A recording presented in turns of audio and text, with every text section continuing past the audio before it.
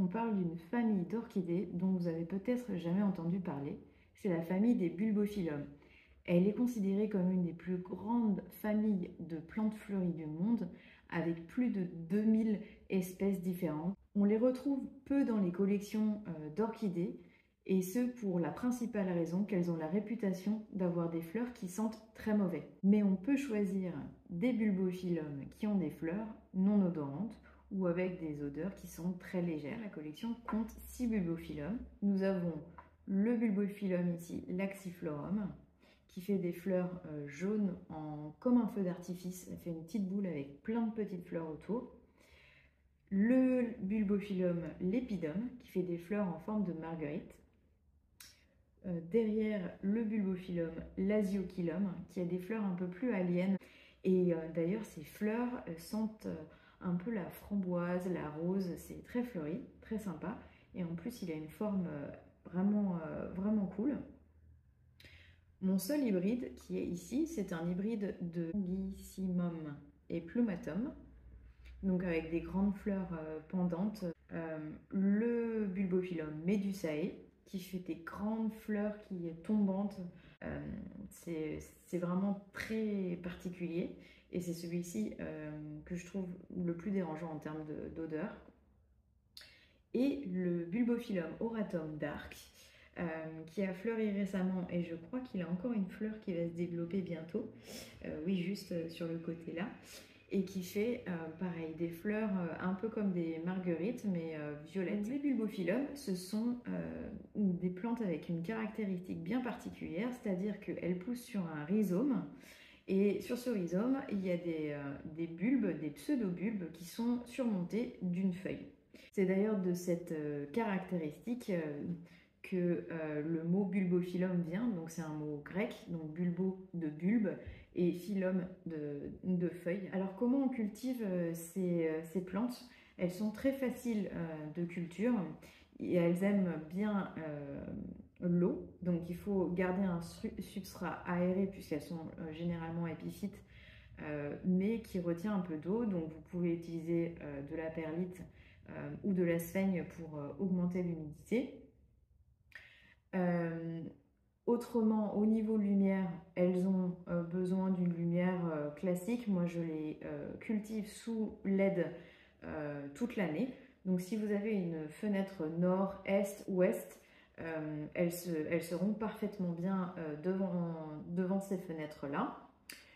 Niveau température, elles se plaisent parfaitement dans nos intérieurs. Donc, entre 18 et 28 degrés, il n'y a aucun problème. J'ai juste remarqué que pendant l'été, quand il fait très chaud, en général, elles ralentissent leur développement. Donc là, en automne, elles ont vraiment apprécié la baisse de température et elles ont repris leur développement de bulbes et le développement de fleurs d'ailleurs. En termes d'engrais, je leur donne de l'engrais comme les Phalaenopsis, le même. Votre engrais pour orchidées est parfait et je leur en donne toute l'année sans arrêter. Niveau floraison, ça dépend du bulbophyllum, mais j'en ai plusieurs qui fleurissent en automne. Donc je vous ai parlé de l'Auratum dark qui vient de terminer sa floraison et j'ai encore une fleur qui se développe. Celui-ci, donc le croisement entre le Plumatum et Longissimum, et ben c'est aussi en automne. Et d'ailleurs je vois une ample qui se développe juste ici. Donc on devra avoir une fleur aussi. Il faut savoir que celui-ci, il a été divisé récemment, donc je ne m'attendais pas à ce qu'en fait il fasse une hampe alors que je viens de le diviser. Mais voilà, il a l'air de ne pas avoir été dérangé par ça. Par contre, mon Medusae, je l'ai rempoté il y a plusieurs mois maintenant. Et je vois que le rempotage, lui a pas trop plu, donc il n'a pas fait grand chose cet été et pendant les derniers mois. On va voir comment il évolue, mais je sais que chez d'autres collectionneurs qui l'ont aussi, ils ont noté que le rempotage ne leur plaisait que moyennement, donc ils ont besoin d'un peu de temps pour retrouver leur marque, mais il n'a pas perdu de feuilles, il va bien, donc pour l'instant, il est même en train de faire des nouvelles racines, je le vois au bord. Donc pour moi, tout va bien. Dernier point, ces orchidées, vous ne les trouverez pas dans les jardineries. Comme je vous dis, c'est pas une plante qui est très à la mode et qu'on trouve facilement. Mais par contre, si vous allez dans n'importe quelle pépinière spécialisée en orchidées, vous allez les trouver. D'ailleurs, je vous conseille de regarder chez Julien Brisy. J'ai acheté ces 3 divisions par exemple chez lui pour moins de 10 euros si je me souviens, entre 8 et 12 euros si je ne me trompe pas. Et elles sont très très bien. Et sinon, les deux ici, donc le Médusae et le Mon Hybride, je les ai achetés chez les Orchidées de la Belle Étoile et ils ont d'ailleurs en ce moment une très belle sélection de bulbophyllum si vous en cherchez. C'est à peu près tout pour la culture. Ce que je vous propose, c'est qu'on va rempoter 3 bulbophyllum, donc les 3 petites divisions que j'ai ici, dans un pot commun que j'ai reçu de chez Isabelle Paoletti, qui est une potière spécialisée dans la création de pots pour les plantes et particulièrement les orchidées. Donc c'est parti pour placer les 3 bulbophyllum ensemble dans ce grand vase fait exprès pour eux. Alors pourquoi ajouré? Ça permet d'avoir plus de ventilation et donc de faire sécher le substrat un petit peu plus rapidement.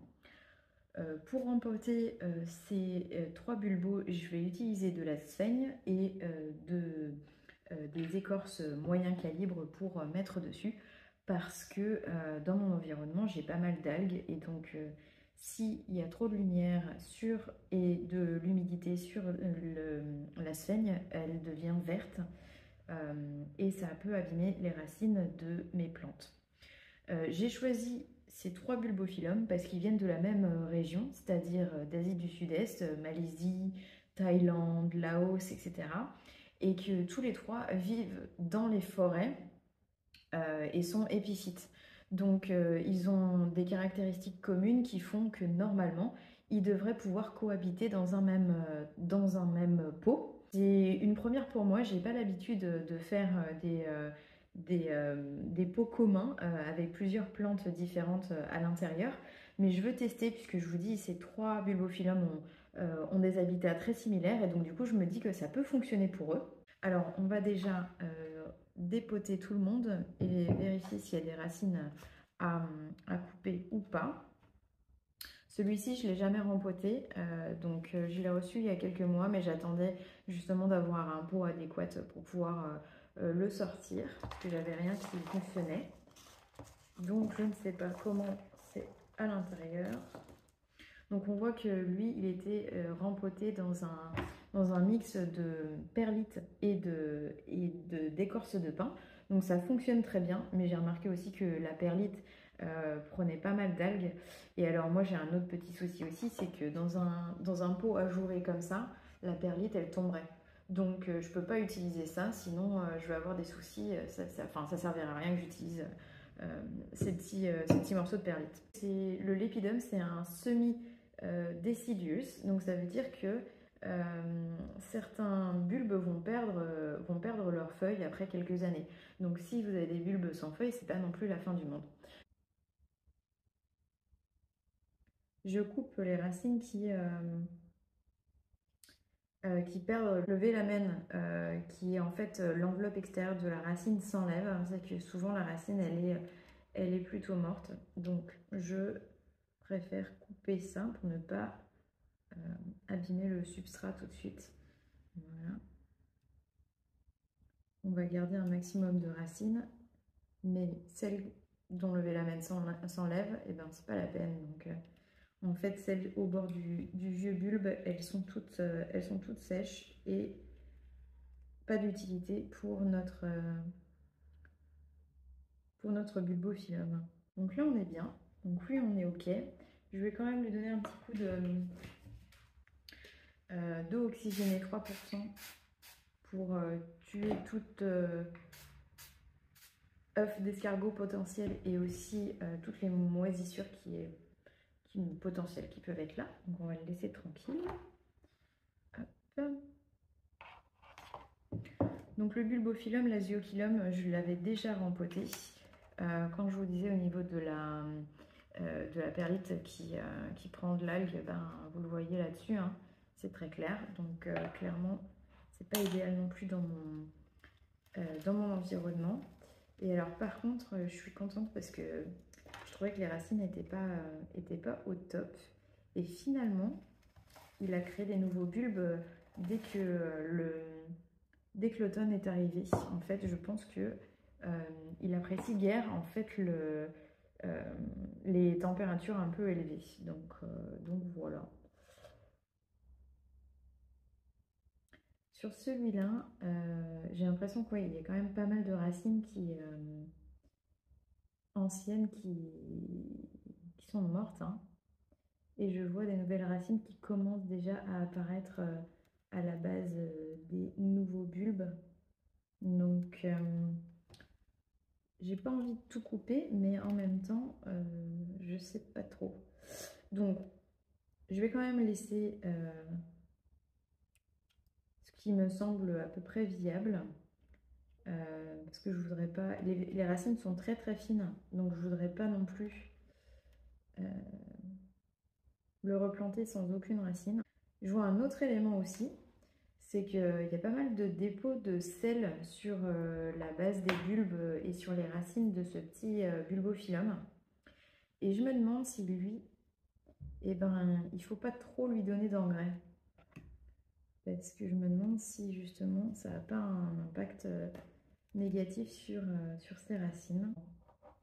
Je vais essayer de pas trop le perturber, le pauvre vieux.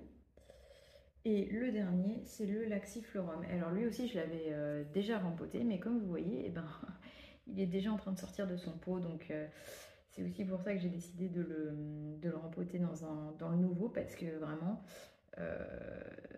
il grossit et grandit à vue d'œil.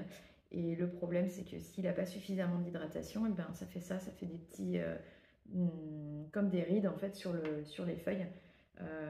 Donc il faut vraiment de l'humidité en permanence. Et par contre, il a des belles racines. Donc lui, on y va.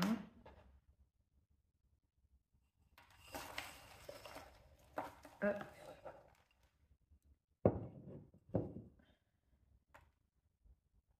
Toc. J'avais eu le même souci, c'est qu'il y avait aussi des racines bien attachées encore à de l'ancien substrat. Et du coup, j'avais pas osé tirer pour tout enlever parce que je voulais pas abîmer le système racinaire. Par contre, sur ce Laxiflorum, on voit bien les racines qui sont vivantes, elles sont bien jaunes. On les voit bien. C'est vraiment bien jaune.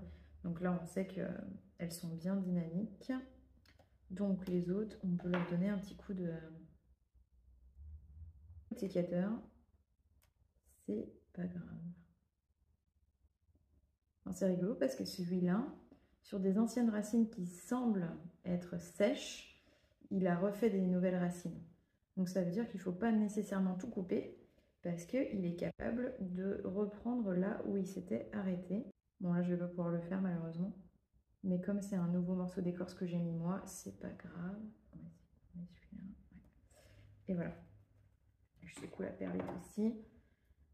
Voilà, celui-là. Alors, je vais vider mon plateau et puis on va passer au rempotage.